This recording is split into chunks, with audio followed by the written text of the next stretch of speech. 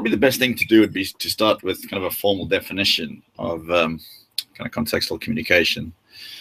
And so quite a long-winded one would be something like contextual communication is the bidirectional transfer of information between two parties, where both parties are aware of the relational, environmental, and cultural context of the exchange. And that's kind of a very formal definition, but if you want to do kind of distill that down into something, it's really about both sides actually knowing what the conversation is about. For instance, if you got a call from somebody and the CLI was blocked, the identity of the call was blocked, it said unknown, there would be no context to that information. And so you'd say, hello, like who's talking? What do you want? And all those questions kind of allude to building a context around the conversation.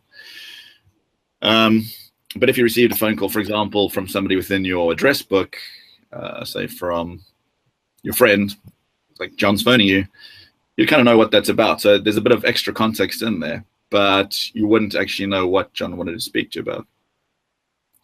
And if we kind of extrapolate that further into kind of customer interactions, if we start making calls from within apps and people on the other side who are supporting those calls know that, for instance, somebody is calling from within an app, they kind of know who's calling and why they're calling. So that kind of is a super overview of the kind of continuum of context within a conversation.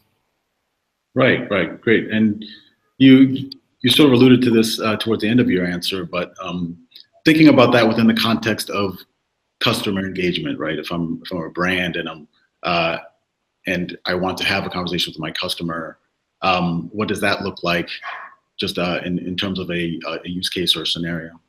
Sure. So just to allude on that question, if we think about kind of two forms of communication, or at least the way in which they're used, we think of comms as core, and by comms as core, I mean really the companies like Viber, WhatsApp, Skype, where if, for instance, I would just call Glenn or Francisco, and we'd have a general conversation just like we would on a normal telephone network.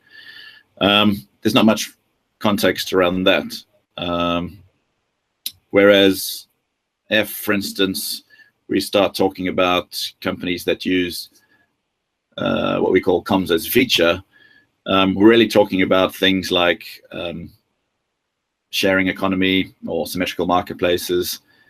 I guess companies like Airbnb or Uber, where comms is really a feature within the application itself. And so if I'm a driver in Uber and Glenn's a passenger, and Glenn's trying to get hold of me to find out where I am, and I receive a call, there's a lot of context around that conversation already within that app, right? I'll know that Glenn is a rider. I'll know that he's booked. I'll have his rough location, and we'll be able to have an immediate conversation around the context of what we're trying to achieve, which in this case would be ride sharing. So I think that's how kind of contextual communications is going to evolve, certainly from kind of a comms as feature point of view.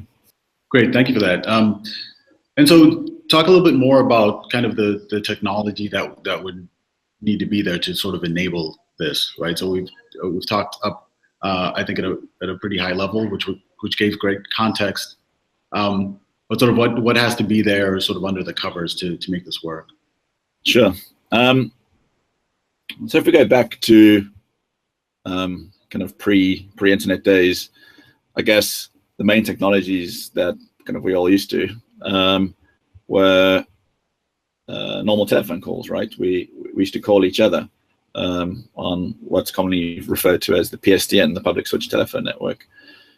But these new, kind of the whole app economy has brought quite a few new technologies that, for instance, that we're even using within this call, right? And one of those technologies is a technology called WebRTC, where the RTC bit stands for real-time communication.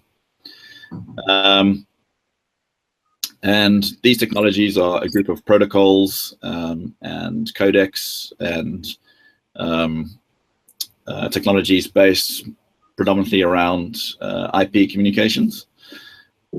And so you're able to have very high quality, very high definition video, very high quality audio, higher quality than the PSTN itself, due to the technologies involved. And these have now been kind of rolled out for various platforms, available for various platforms, mainly around iOS, Android, and on the web. So, for instance, the conversation we're having now on this broadcast is really around WebRTC that we can use to speak to each other over great distances, obviously over IP. And so these technologies have really brought down kind of the barrier to entry to what traditionally, 5-10 years ago would have been really high-end broadcast quality, really expensive communication products. So it's really kind of a democratization of kind of high quality communication that are now enabling these quite exciting new use cases.